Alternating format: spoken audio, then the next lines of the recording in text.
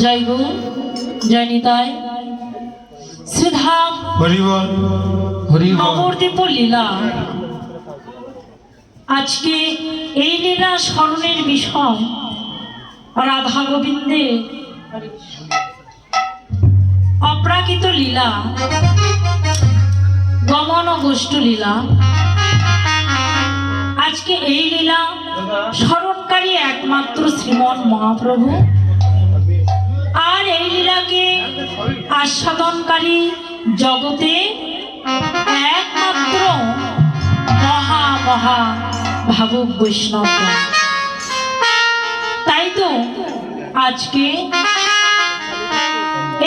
आश्रमनी बसे बसे अपराकृत लीला के रसमय कीर्तन के आमरा जे जतटुकु भावना करब अपराकृत लीला से ततटुकुई आस्वादन करते पारबे ताई तो आमादेर प्रेम भक्तिर महाजन छिलो नरोत्तम ठाकुर महाशय तिनि जानिয়েছেন जे साधने भाविब जाहा এই সিদ্ধ দেহে পাব তাহা ভাবনায় জগৎজীবের একমাত্র ভজন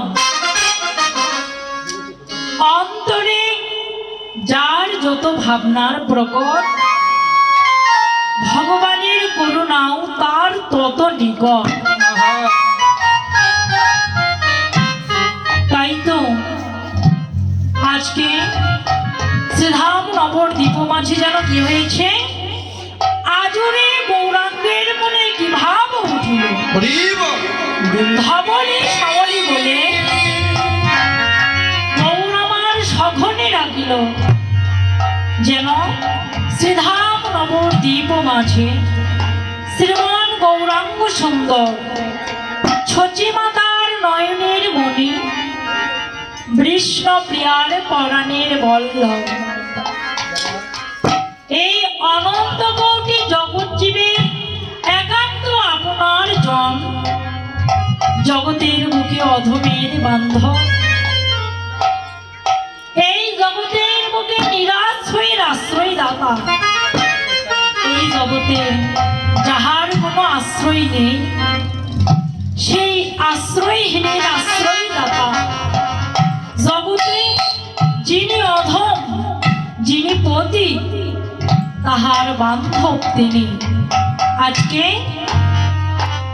এই কলিযুগে কৃপা করে শ্রীকৃষ্ণ চৈতন্য মহাপ্রভু আবির্ভূত হয়েছে এবার কলির জগৎজীবের এমনই সৌভাগ্য যে চৈতন্য মহাপ্রভু অবতীর্ণ হয়েছে কেননা আগের যুগে দাপর যুগে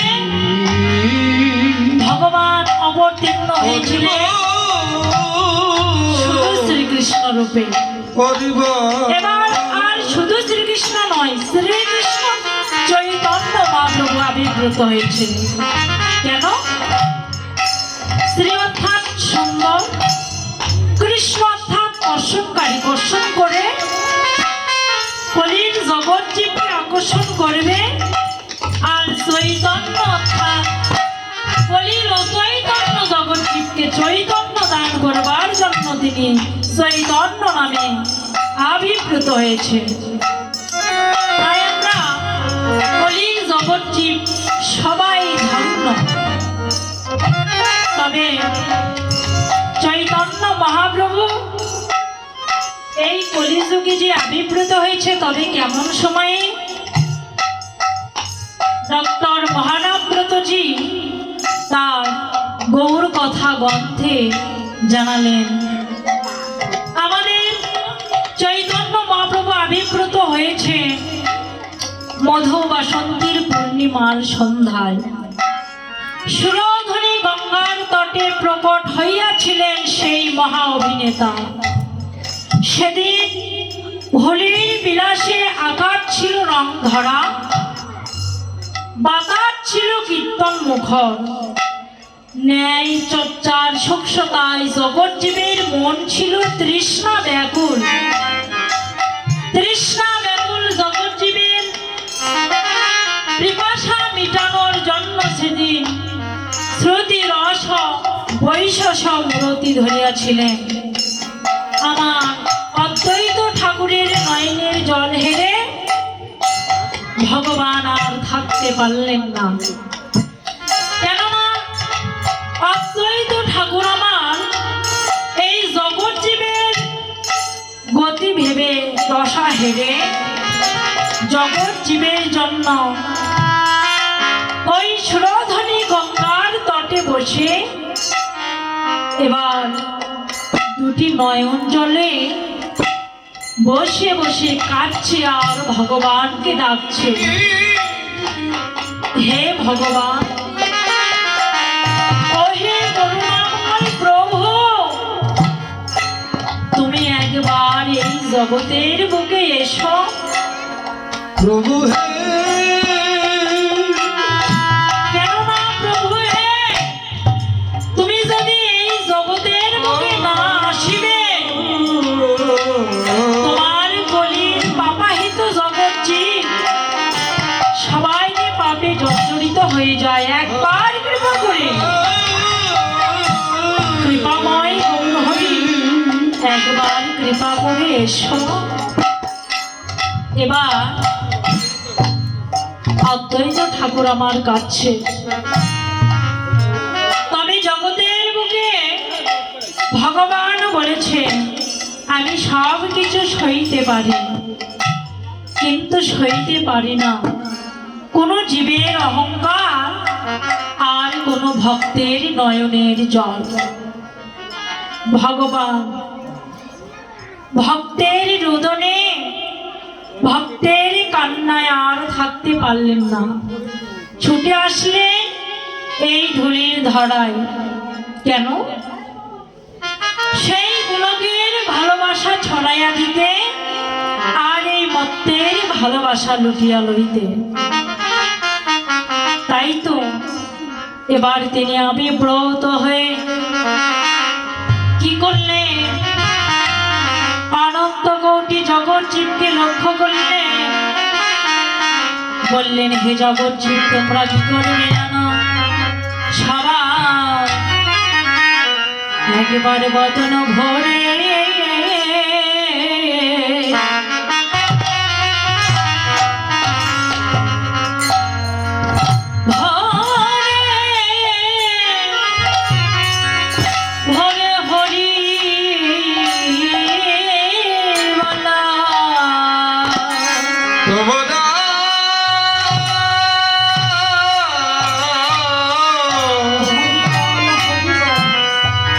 তোমরা সবাই বদন ভরি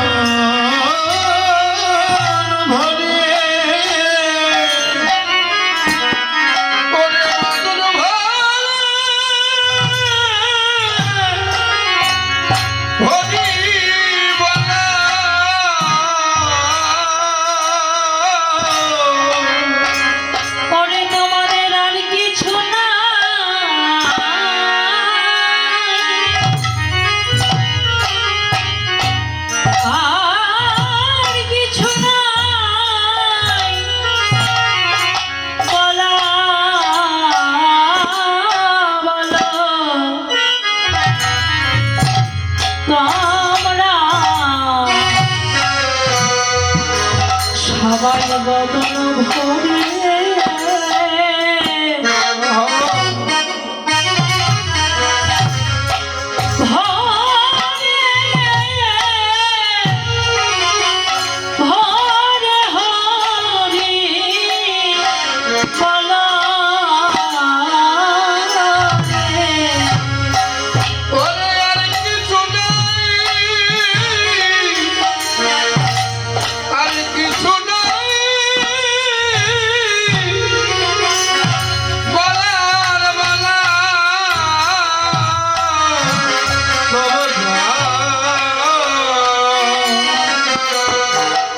বদন ভরি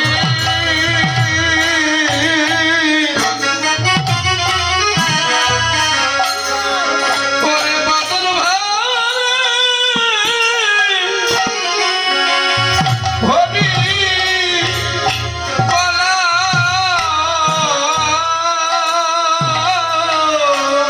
ওরে আর কিছু আর কি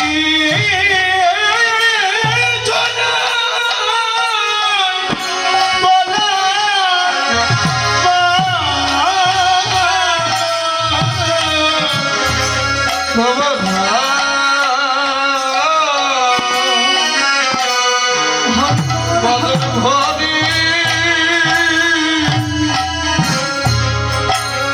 বদন ভরি হরি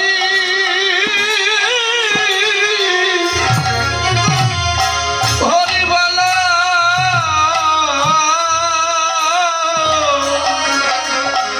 এ নাম বলিলে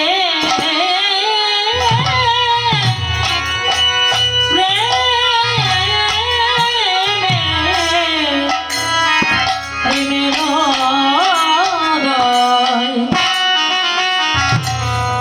উদয় হবে এ নাম বলিলে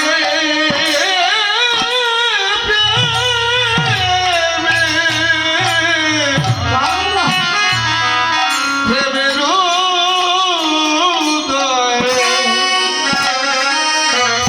উদয় হবে জীবের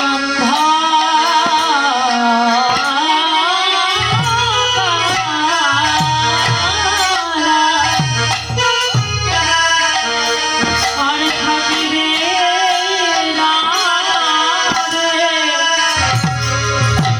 এ নাম বলিলে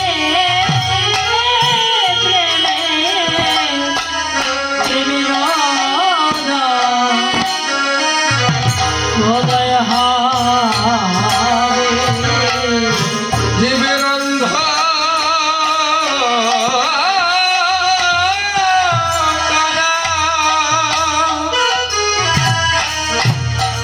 অন্ধকারে থাকবে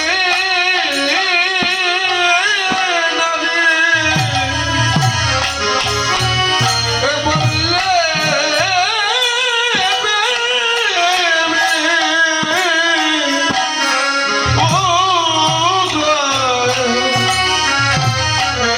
উদয় হবে জীবের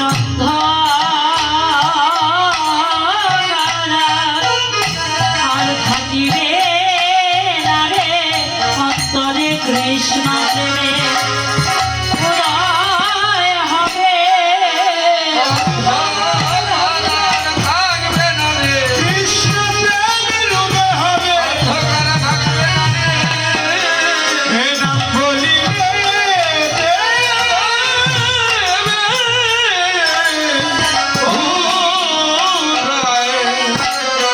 উদয়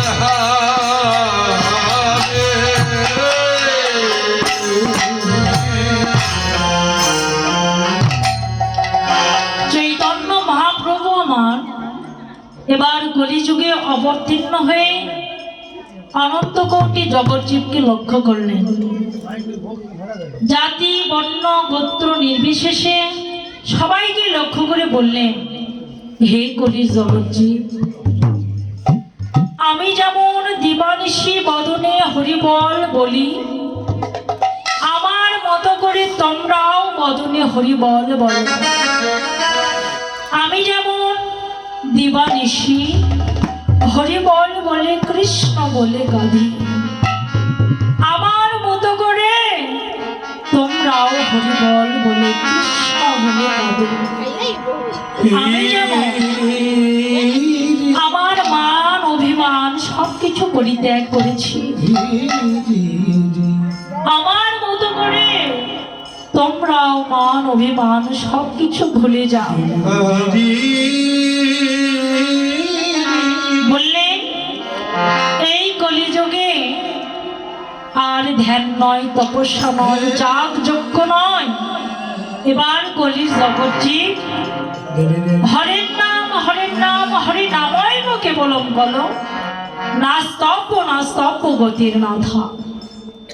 হরিনাম ব্যথিত জগৎজীবীর মুক্তির কোনো আর পথ নেই। তাই বললেন তোমরা কি করবে? সদা সর্বক্ষণ বদনে হরিবল বলবে। তাহলে হরিবল বললে কি হবে? জানালে তোমাদের কৃষ্ণ প্রেমের উদয় হবে। আর কি হবে? তোমাদের অন্ধকার থাকবে না, ত্রিতাপ জ্বালা থাকবে না। ত্রিতাপ জ্বালা কি? এই জগৎজীবের কিন্তু জ্বালা আছে। আমাদের মদভগবত গীতার মাহাত্ম্যে জানালেন এই জ্বালাগুলো হলো আদি দৈবিক, আদি ভৌতিক, আধ্যাত্মিক ত্রিতাপ জ্বালা। সনাতন গোস্বামী মহাপ্রভুকে বলেছিল, হে প্রভু বলো না, কে আমি কেন মরে জারিদ্রা পত্রয়, ইহা না জানিলে মই কেমনে হিত হই। হে প্রভু আমি বা কে, আর আমাকে এত জ্বালা জর্জরিত হতে হয় কেন? জিজ্ঞাসায় মহাপ্রভু বলেছিল, দেখো সনাতন, আমরা অনন্ত কোটি জগৎজীব জগতের বুকে এসেছি, আমাদের প্রত্যেকের কিন্তু একটি করে স্বরূপ আছে। স্বরূপ কি? আমরা সবাই জীব কৃষ্ণ নিত্য দাস, সবাই এসেছি প্রভুর দাসত্ব করবার জন্য। যেদিন মায়ের গর্ভে ছিলাম, সপ্তম মাসে ভগবান আমাদের সবাইকে দীক্ষায় দীক্ষিত করেছিল। সেদিন ভগবানের কাছে প্রতিশ্রুতি করেছিলাম, কথা দিয়েছিলাম, হে ভগবান ওই জগতের বুকে আমাদের পাঠায় দিচ্ছ, ওই জগতের বুকে গিয়ে তোমার হরিনাম কৃষ্ণ নাম বদনে বলবো, তোমার এই হরিনাম কৃষ্ণ নাম তোমার জগৎ জীবের মাঝে বিলাইয়ে দিব, তোমার ভক্ত সঙ্গ করব, ভক্তের কাছে গিয়ে তোমার কথাগুলো বলবো। কিন্তু আমরা যখন এই জগতে জন্মগ্রহণ করেছি, মা পেয়েছি, বাবা পেয়েছি, আত্মীয় স্বজন বন্ধু বান্ধব সবাইকে পেয়ে মায়ায় আবদ্ধ হয়ে ভগবানকে ভুলে গেছি। শাস্ত্রে জানালেন মায়ামুক্ত জীবের নেই কৃষ্ণ স্থিতি জ্ঞান, যেথায় যেথায় মায়া কৃষ্ণ হয় অন্তর্ধ্যান। যেখানে মায়া সেখানে ভগবান থাকেন না। শাস্ত্রে বললেন সেখানে কৃষ্ণ অন্তর্ধ্যান হয়ে যায়, ভগবান মায়ার কাছে থাকে না। বললেন সনাতন দেখো, যখন ওই জগৎজীব আমাকে ভুলে যায়, তখন ওই জাগতিক জগতের ওই জ্বালাগুলো জগৎজীবকে ভোগ করতে হয়। ভাগবত জানালেন ওই জ্বালাগুলো নির্বাপিত হবার কি কোনো উপায় নেই, কোনো কি পথ নেই? বললেন হ্যাঁ গো আছে, উপায় আছে। আমাদের অমৃতের সিন্ধু চৈতন্য চরিতামৃতে বললেন কৃষ্ণ ভক্তির মূল হয় সাধু সঙ্গ। যে যত বেশি করে সাধু সঙ্গ করবে, ভক্ত করবে, ভক্তের চরণ ধরে অঙ্গে লেপন করবে, তার অন্তরে তত কৃষ্ণ ভক্তির উদয় হবে। তাই বললেন তোমাদের কি করতে হবে জানো? এই জ্বালা জুড়াতে হলে তোমরা কি করবে জানো? বৈষ্ণব সনধুলি তোমরা অঙ্গে মাখো, তোমরা বৈষ্ণব চরণ ধুলি তোমরা অঙ্গে মাখো, বৈষ্ণব চরণ ধুলি তোমরা অঙ্গে মাখো, বৈষ্ণব চরণ ধুলি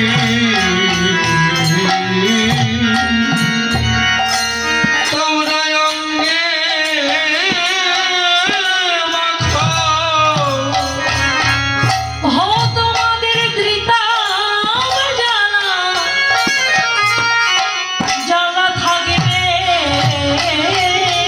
না রে, বৈষ্ণব চরণধুলি অঙ্গে মাখো। তোমাদের বৃন্দাবন থাকবে না রে, বৈষ্ণব চরণ ধুলি অঙ্গে মাখো।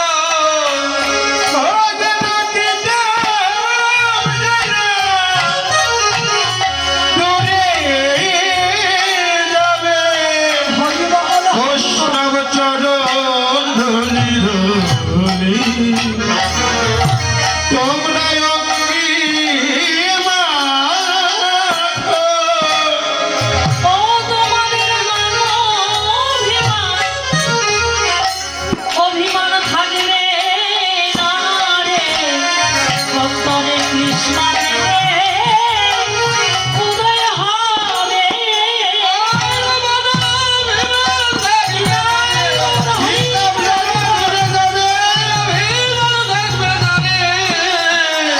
বৈষ্ণবের চরণ ধুলি তোমরা অঙ্গে মাখো, মাখো। হরি বল, হরি বল।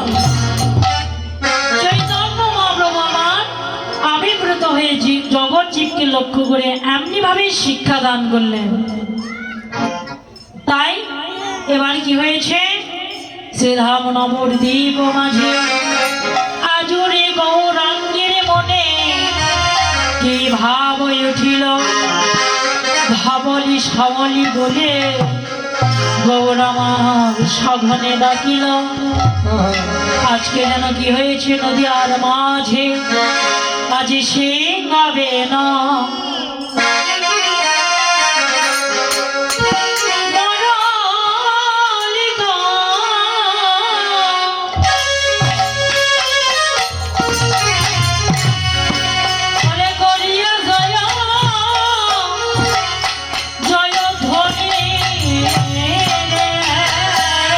আর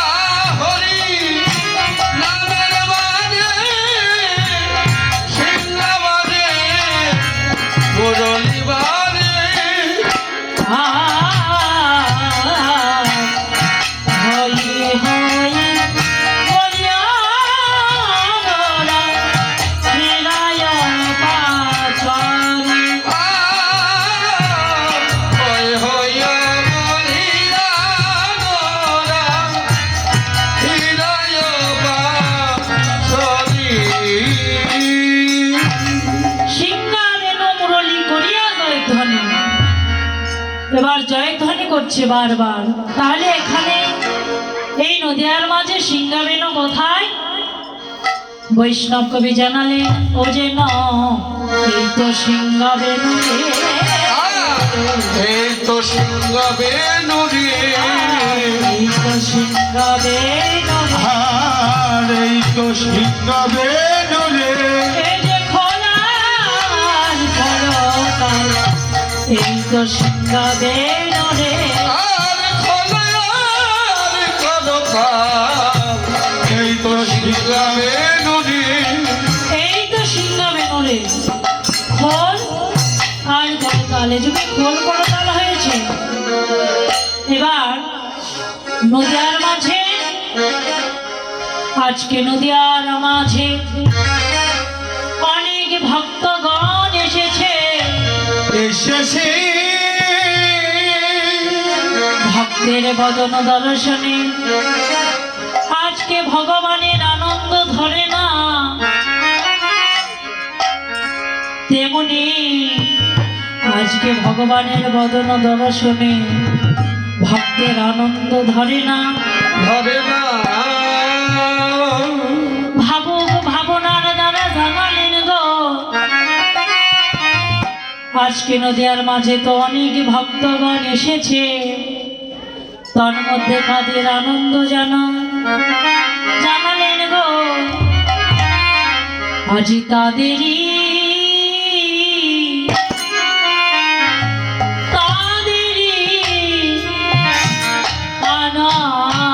আনন্দ রে। ও জানো তাদেরই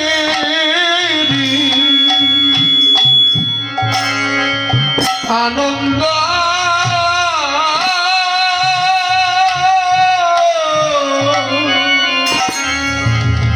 ও যারা ভজে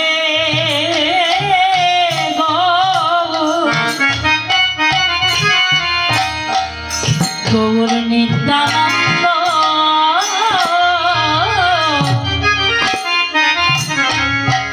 আজ তাদেরই আনন্দ রে। ওরে ভজে যারা তাদেরই নিত্যানন্দ, ও যেন তাদেরই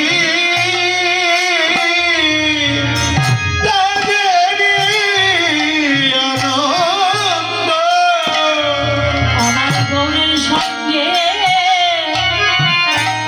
যার সম্বন্ধ এবার থাকে না তার ভাবাবন্ত। গৌরী সাদের গান, ও হে, ও হে, ও হে, তাদেরই আনন্দ। বললেন অনেক ভক্তগণ এসেছে, তার মধ্যে কাদের আনন্দ জানো? যারা নিতই নিতই আমার গৌর নিতাইয়ের সঙ্গে নিতাইয়ের ভজনা করে গৌর নিতাইয়ের সঙ্গে এই জগতের বুকে এসে যাদের সম্বন্ধ হয়েছে, একমাত্র তাদের আনন্দ।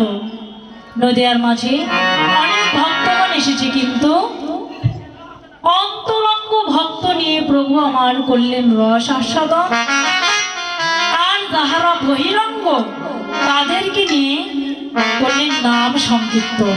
উচ্চস্বরে যারা বহিরঙ্গ তাদেরকে নিয়ে শুধু নাম সংকীর্তন করছে, আর যাহারা প্রভুর অন্তরঙ্গ তাদেরকে নিয়ে এই অপ্রাকৃত রস আস্বাদন করছে। তবে আজকে নদিয়ার মাঝে কোন কোন ভক্তগণ এসেছে আমাদের বৈষ্ণব কবি পদে লিপিবদ্ধ করলেন গো, তারা আর অন্য কেউ নয়, জানালেন আজি রামায়া সুন্দরা সঙ্গে নিত্যানন্দ, রামায়া সুন্দরানন্দ, সঙ্গে নিত্যানন্দ, রাম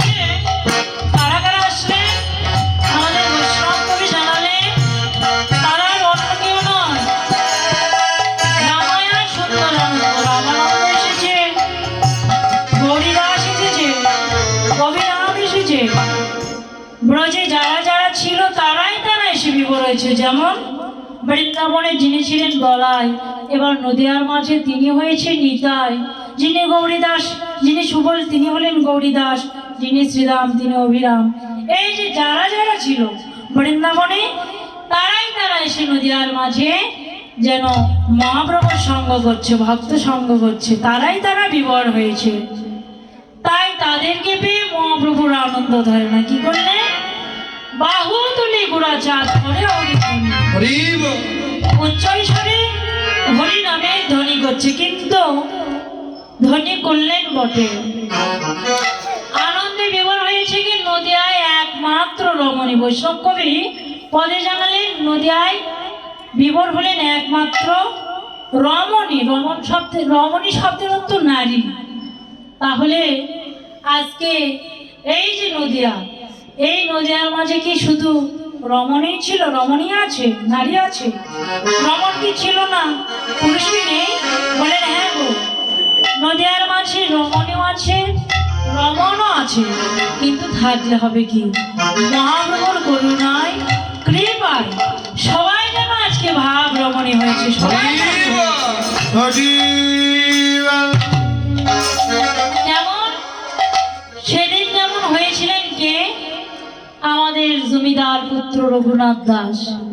সে কিন্তু একজন জমিদারের ছেলে, বড় ঘরের ছেলে হয়েও অন্তরে জেগেছে ভগবানের সঙ্গ পাবেন, ভক্ত সঙ্গ করবেন।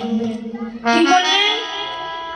সমস্ত কামনা বাসনা ঐশ্বর্য কামিনী কাঞ্চন সব কিছু ত্যাগ করে ছুটে চলেছে ভক্ত সঙ্গ পাবার নিমিত্তে। হ্যাঁ, ভক্ত সঙ্গ পেলেন, ভক্ত সঙ্গে হরিনাম কীর্তনে আনন্দে তার দিন কাটতে থাকে। কিন্তু জগতের বুকে যাহারা একটু ভগবানের পথে অগ্রসর হয়, ভগবানকে ভালোবাসতে শিখে, তাদের কিন্তু দুঃখ কষ্টের শেষ থাকে না। কেননা ভগবান সেই ভক্তকে, সেই জীবকে পরীক্ষা করে নেয়, ইচ্ছে করে তাপ দিয়ে, বিরহ দিয়ে, লাঞ্ছনা গঞ্জনা অবজ্ঞার দ্বারা সেই ভক্তকে পরীক্ষা করে নেয়। কেননা পরীক্ষা না করলে তো আর অনুমান করা যায় না কার গুণ, কার সত্যতা কতখানি। এবার কি করলেন? রঘুনাথ ভক্ত সঙ্গ করছে, কিছু পর থেকেই শুরু হলো ভক্তের পরীক্ষা, ভক্তের প্রতি ভগবানের পরীক্ষা। কেমন? যে নাকি সেই বলে ছেলেটি তো বেশ ভারী সুন্দর, আরেকজন বলে হলে হবে কি রে, অলস অকর্মণ্য, কাজ কর্মের ভয়ে বেছে নিয়েছে সাধুদের পথ। আরেকজন বলে নেবে না, বসে বসে তো ভালো মন্দ খাবার পাওয়া যায়, খাবারের লোভে কত সাধুই না জোটে। এবার রঘুনাথের কর্ণে এলো কথাগুলো। সে অন্তর্যামী ভগবানকে কাঁদছে আর বলছে, হে ভগবান, তুমি না অন্তর্যামী, এই জগতের সবার অন্তরের কথা কেউ না জানো, ভগবান হে তুমি তো জানো। তবে হে ভগবান, তুমি বলে দাও, আমি কি আমার রসনা বিলাসের জন্য, আমি কি আমার উদর পূরণের জন্য ভক্ত সঙ্গ করি?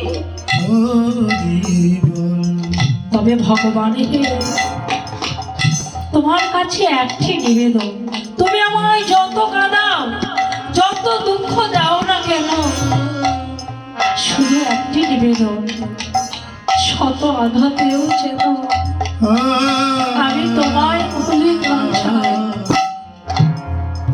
এবার ভাবনার দ্বারা জানালেন, ভগবান ভক্তকে এমন করে কাঁদায় কেন? কেননা ভগবান ভক্তকে পরীক্ষা করে নিয়ে ভক্তের হৃদয় শিশুর মতো সরল করে দেয়। ভক্তের হৃদয়ে সমস্ত কৃতিত্ব, অভিমান, গাম্ভীকতা, পরচর্চা, পরনিন্দা, পরশ্রী কাতরতা, পরদোষ গোষ্ঠী এইসব ভক্তের হৃদয় হইতে দূর করে ভক্তের হৃদয় নির্মল করে নেয়। যেমন এই জগতের বুকে কেউ যদি স্বর্ণকারের কাছে যায় সোনা বিক্রি করবার জন্য, স্বর্ণকার যদি অতীব পরিচিত ব্যক্তি হয় কিংবা বাল্যকালের বন্ধু হয়ে থাকে, তবে কিন্তু সোনা দেখে দাম দেবে না। কি করবে? সোনাটিকে আগে পরীক্ষা করবে। সোনা হৃদয়ের সমস্ত খাতগুলো পরীক্ষা করে তারপরে ওজন করে মূল্য দিবে। বললেন সোনায় যেমন খাত থাকে, চাঁদের যেমন কলঙ্ক থাকে, ফুলের মধ্যে কীট থাকে, পোকা থাকে, তেমনি মানুষের জীবনে, চরিত্রের, স্বভাবে ভালো মন্দ, ন্যায় অন্যায়, পাপ পুণ্য, চাওয়া পাওয়া, সুখ দুঃখ, লোভ লালসার দ্বারা, কামনা বাসনার দ্বারা প্রত্যেকের জীবন সম্পৃক্ত। তাই ভাবুক জানালেন গো, স্বর্ণকার জানে কি করে সোনা খাঁটি করে নিতে হয়, তেমনি ভগবান জানে কি করে তার ভক্তকে খাঁটি করে নিতে হয়। তবে স্বর্ণকার বুড়াই সোনাকে আগুনে, আর ভগবান ভক্তকে বুড়ায় আগুনে নয় তাপ দিয়ে বিরহ লাঞ্ছনা গঞ্জনার দ্বারা ভগবান ভক্তকে কাঁদিয়ে কাঁদিয়ে অমন ভাবে পরীক্ষা করে নেয়।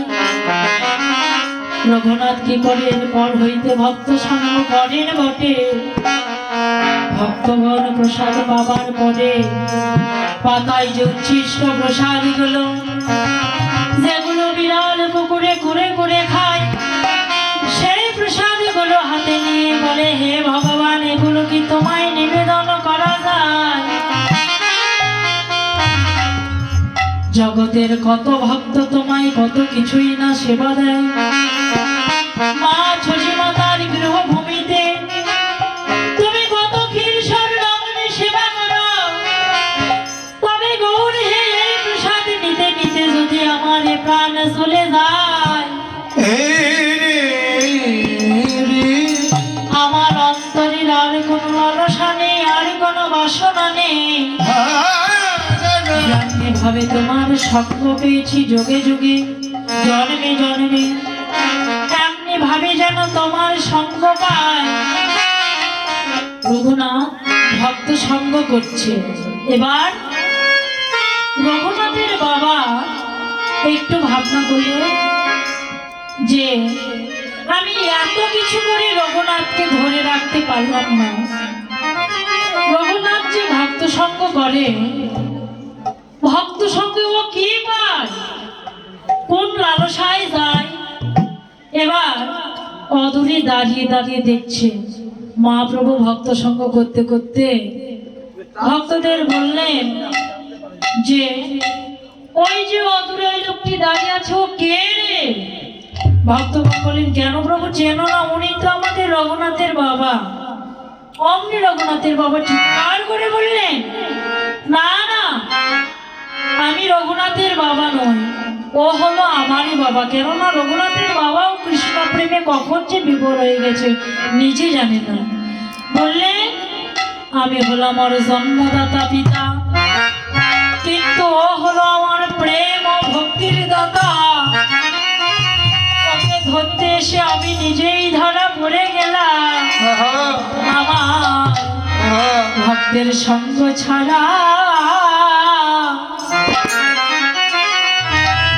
আমার করো নরে।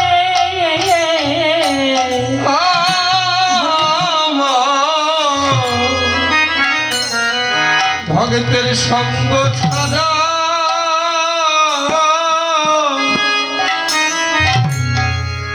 আমায় করো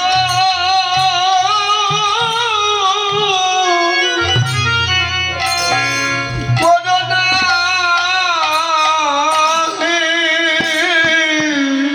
আমায় ভক্তের সঙ্গ ছাড়া করো করো নাহি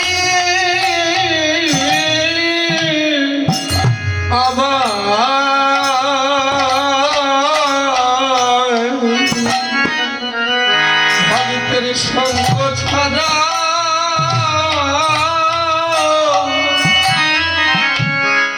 করে সঙ্গ ছাড়া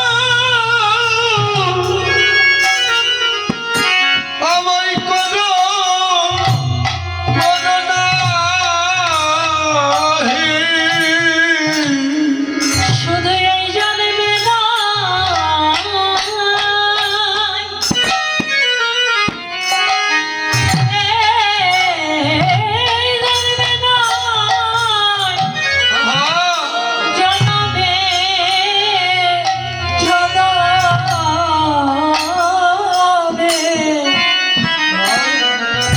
আমার ভক্তের সঙ্গ ছাড়া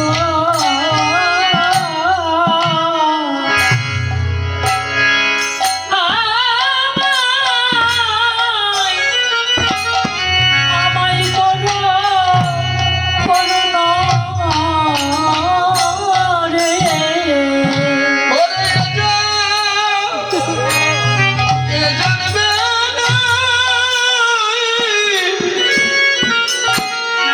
জন্মে জন্মে জন্মে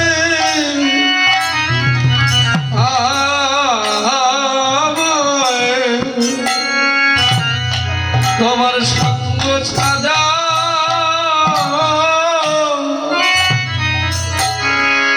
আমায় করো করোনা শুধু এ জন্মে নয় এ জন্মে নয় জন্মে জন্মে সঙ্গ ছাড়া করো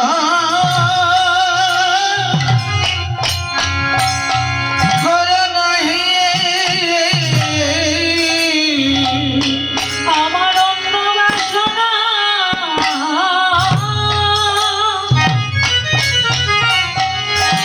আমার অন্য বাসনা বাসনা নাই মনে রে আমার ভক্তের সঙ্গ ছাড়া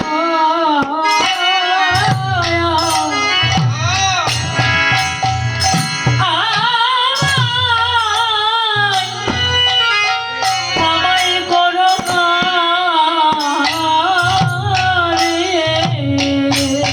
ওরে অন্য বাসনা আমার নয়া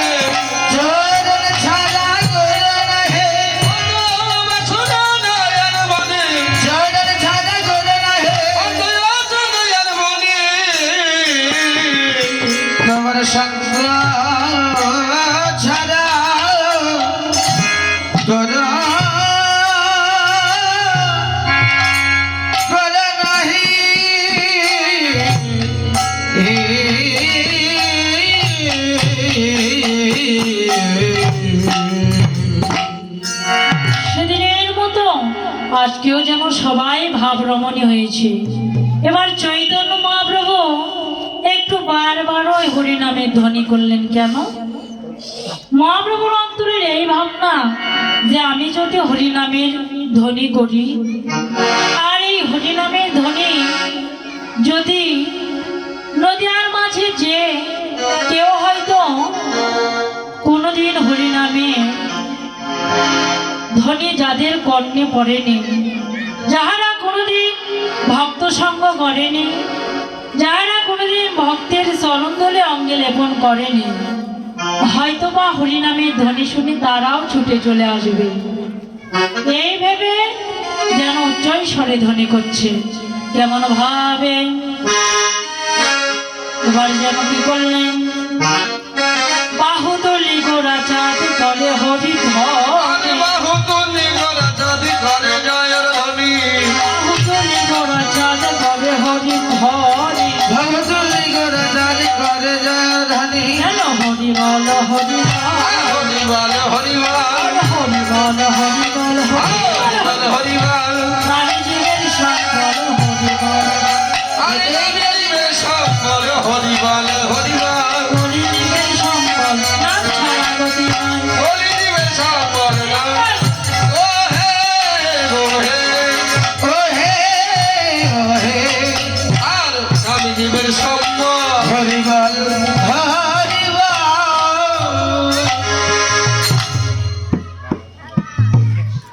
হ্যাঁ সত্যই আজকে যেন কি হয়েছে, মহাপ্রভুর করুণায় কৃপায় হরিনামের ধ্বনি শুনে নদিয়ার মাঝে যাহারা কোনোদিন ভক্ত সঙ্গ করেনি,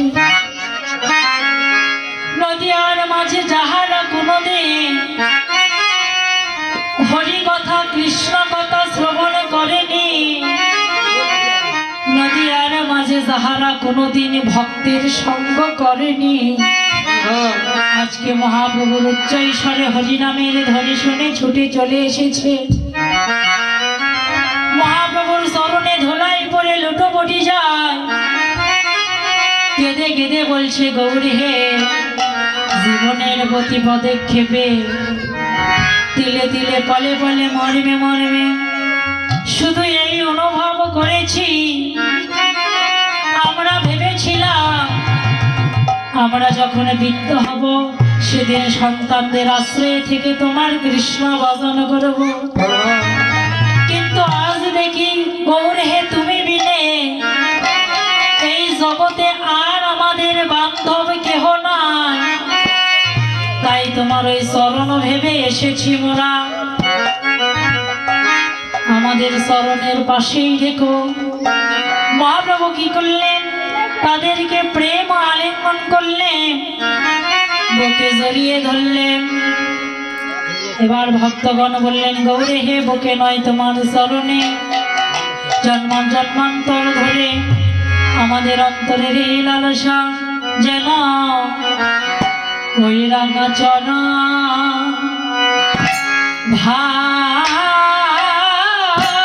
ভাবনা যেন করি যায়।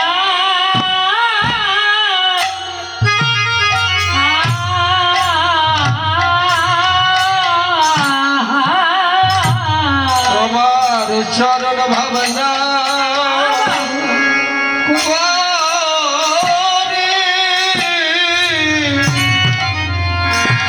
পড়ে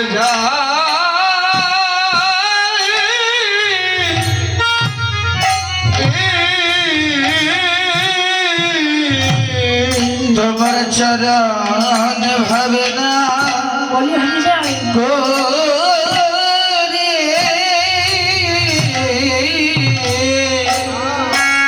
শুধু এই জন্মে নয়, জন্মে জন্মে এই চরণ ভাবনা বলি এ জন্মে নয় জন্মে জন্মে সাদর সাদা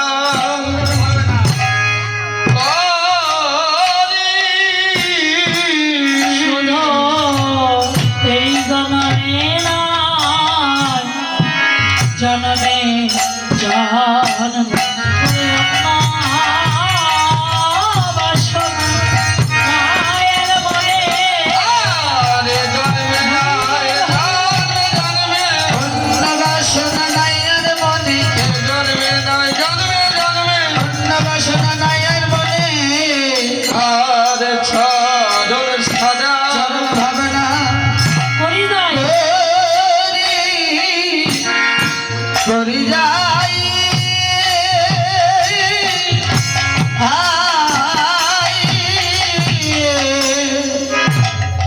তাই কি করলেন? মহাপ্রভু করুণা করলেন, কৃপা করলেন। তাই বাহু তুলি গোড়াচাঁদ করে হরিধ্বনি, আনন্দে বিভোর হলেন নদিয়ায় রমণী। তাই বাসুদেব ঘোষে কহে মনের হরিষে, বাসুদেব খুশি কহে মনের হরিষে আর বাসুদেব ঘোষে কহে মনের হরিষে।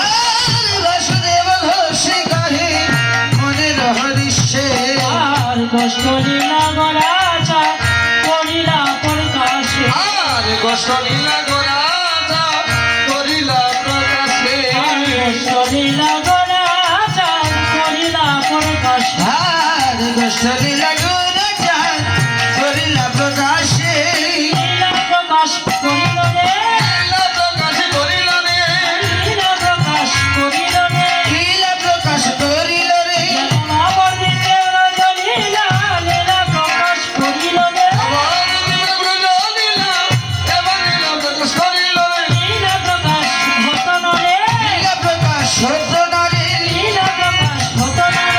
লীলা প্রকাশ হত না রে গৌর হরি মায়া শীত লীলা প্রকাশ হত নরে, গৌর হরি না সিদ্ধ লীলা প্রকাশ হত না রে গৌর হরি মায়া শীত এই নাথিধা নবদ্বীপে, গৌর হরি না সিদ্ধ এই নবধূর নবদ্বীপে গৌর হরি না সিদ্ধ লীলা প্রকাশ হত না রে, লীলা প্রকাশ হত না গোষ্ঠ লীলা গুণচাঁদ করিলা প্রকাশে, আর গোষ্ঠ লীলা গোরাজা করিলা প্রকাশে এবার বৈষ্ণব কবি বললেন লীলা প্রকাশ করিল রে, আবার বললেন লীলা প্রকাশ হতো না রে। যদি গৌর হরি না আসিত শ্রীরাম নদিয়া